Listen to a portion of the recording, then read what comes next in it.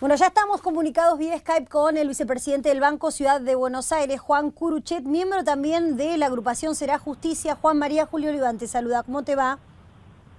Bien, María Julia, un gusto escucharte. Igualmente. Bueno, sé que hace pocos días estuvieron haciendo toda una movida importante desde Será Justicia en relación al rechazo a todo lo que ha sucedido a la suspensión del fiscal Campagnoli.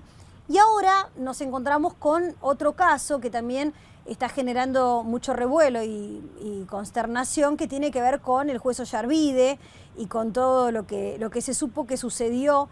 Hay también movimientos en relación a la causa del juez Stornelli, que ha sido separado de la causa por mal manejo de dineros públicos en la pauta oficial, donde estaban involucrados Escosimarro y Abal Medina. Me gustaría que me cuentes cómo ves toda esta situación y qué crees que es lo que está pasando. Y el contraste es muy impresionante, ¿no? Porque a Campagnoli se juntó el jury de enjuiciamiento en diciembre del año pasado, en una sesión que no fue pública, no dejaron entrar a los medios de prensa y no dejaron entrar a diputados nacionales que lo habían solicitado, y se reunieron más o menos 2 horas y lo suspendieron. O sea, fue una cosa express. Ahora está abierto el proceso de enjuiciamiento, o sea, esto fue una suspensión provisoria. En cambio, hoy Ollarvide, si bien es otro órgano, porque es Consejo de la Magistratura, que no es lo mismo que el jurado de enjuiciamiento de los fiscales, bueno, le dan un plazo prudencial para que conteste por escrito y después recién se va a ver, ¿no? Así que hay como un doble estándar, ¿no? Para Campagnoli, que evidentemente molestaba, un proceso express, y para Ollarvide, que tiene otro tipo de vínculos y de amistades, van tranquilos, pausados, juntando los elementos, después se va a evaluar. Pero si uno ve toda la película, incluyendo los otros casos que has mencionado, y es bastante negro el horizonte, porque da la impresión que aquel juez o aquel fiscal que le toque actuar y propone medidas de pruebas razonables, porque no estamos hablando de ningún juez ni ningún fiscal que haya dado knockout a nadie, sino Claro. simplemente son causas que están avanzando, y ese solo avance molesta a tal grado que hay toda una ofensiva oficial de apartarlos de los expedientes donde molestan, o incluso de destituirlos en algunos casos, ¿no? Incluso lo de Bonadío me queda la duda, si se invocan causas viejas, pero si lo que no están molestando es su actuación presente, ¿no? En el caso de Bonadío. Y entonces Sí, creo que perdón es que muy yo dije desagradable. Stornelli en lugar de Bonadío, una enorme confusión. Sí, además que ya es muy obvio, ¿no? Que se está tratando de las causas que molestan al gobierno, que cuando la justicia hace un mínimo movimiento que involucra a funcionarios de gobierno, bueno, vemos estas consecuencias de las que estamos hablando. Ahora, ¿qué pasa con la sociedad civil? Vos estás en la agrupación Será Justicia, ¿y qué es lo que la reacción que está teniendo la sociedad en relación a esto que pasa en la justicia? Sí, la sociedad está asqueada. La causa Campagnoli la han tomado mucha gente como una mini causa nacional. Nosotros nos ha resultado fácil conseguir las firmas. La gente haciendo cola cuando empezamos con las mesas, gente que se tomaba el tren del conurbano, gente que paró con el taxi en doble fila enfrente del colegio de abogados, agradeciéndote que uno estuviera dando esa pelea. O sea, una cosa muy inusual. Yo, que he estado en la vida muchas veces en distintas causas cívicas o políticas, y viste que sentís que molestás a la gente cuando le vas a hablar con un volante, que firme en tal lado, un petitorio, y acá era todo lo contrario, te venían a buscar, te agradecían. Así que yo veo que hay una gran preocupación, lo cual lo veo como tremendamente positivo, más allá de que en el corto plazo uno puede tomar todos estos actos como actos de salvajismo institucional, como muy negativos.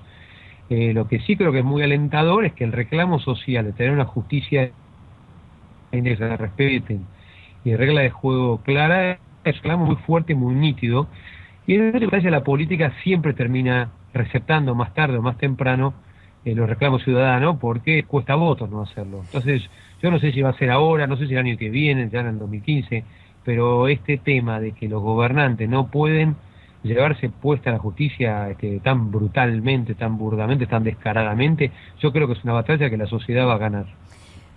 Juan, por otro lado, bueno, estábamos hablando de casos de corrupción, ¿sí? Pero también hubo una gran discusión, vos sos abogado, y hubo una gran discusión acerca del anteproyecto de reforma del Código Penal, ¿sí? Me gustaría saber cuál es tu posición, porque hemos visto también toda la reacción que tuvo, ¿no?, el masismo y la gente del Frente Renovador en contra de este anteproyecto. Sí, a mí no me gusta el proyecto, pero me parece que el debate que se planteó lo hace en un eje que no es, que es una especie de cuenta de poroto donde a un delito le toca más o menos años. Entonces estos sectores hacen la cuenta y dicen hay 146 delitos que le bajan la escala penal, a otros le suben y demás. En realidad el problema no es ese, porque eso son las normas teóricas, digamos. Después está lo que pasa en la práctica. Y en la práctica, primero son pocos los delitos que se denuncian, se calcula que se denuncia un 25%, muy poco lo que se esclarece, muy poco lo que va a juicio, poquísimo lo que va a condena. Hace una semana salió en los diarios una estadística que de 15.000 procesos judiciales de los últimos 3 años por narcotráfico, solo el 2% fue a juicio y tuvo sentencia. Entonces el gran problema no es si le tocan 10 años, le tocan 12. El gran problema que es muy para que quede impune. O que si le toca 10 años, después le den salida transitoria al año 5. Hoy, por ejemplo, un homicidio tiene una pena de prisión de 8 a 25 años, un homicidio simple. Es muy común en la justicia penal un homicidio que no tenga características así escabrosas, que le adjudiquen 11 años de reclusión. Y esto significa que a los 5 y medio tiene salida transitoria el condenado, y por lo tanto uno te lo puede encontrar por la calle por indignación que le produce al que es familiar o amigo de la víctima. Entonces me parece que el debate en el derecho penal argentino es otro. Empecemos a hacer tareas de prevención, tareas de inteligencia, profesionalicemos a la policía, acabemos con las complicidades y la corrupción. O sea, hay un reduccionismo sobre la manera de atacar el problema de la inseguridad. O sea, no tiene que ver con las penas, pero sí vos estás hablando acerca de, por ejemplo, el sistema que hay de excarcelaciones y de morigerar las penas, ¿no?, de sentencias ya firmes. Digamos, me preocupa mucho más lo que se llama el libro primero del Código Penal, la primera parte, y no toda esta que discutieron, sino la parte que indigna a la gente es cuando alguien violó a 2 personas, mató a una y aparece libre a los 6 años, y después mató a un nuevo vecino.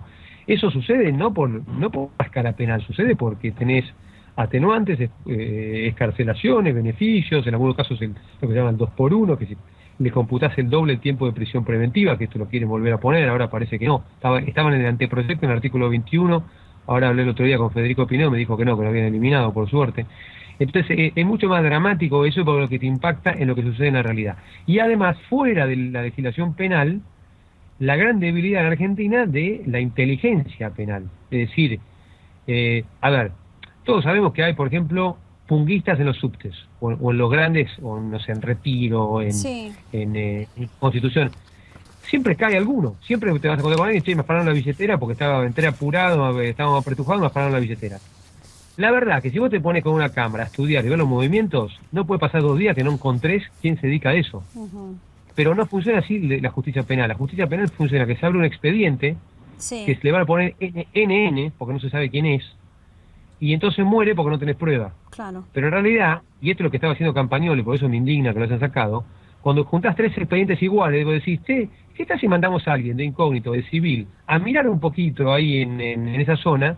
Porque estoy seguro que al rato se va a dar cuenta quién está afanando. Totalmente, sí. Y es lo mismo con un violador, lo mismo. No, sí, la reacción y la prevención y la reacción para evitar el delito y no después tratar de hacer algo con las consecuencias de ese delito, que a su vez con toda la cuestión burocrática de cómo se tramitan las causas penales, también llega a un punto de letargo que tampoco termina administrando justicia, se termina administrando justicia con esos delitos. Juan, te tengo que cortar porque ya estamos terminando con el horario. Seguramente vamos a comunicarnos con vos para seguir hablando sobre este y otros temas. Muchas gracias.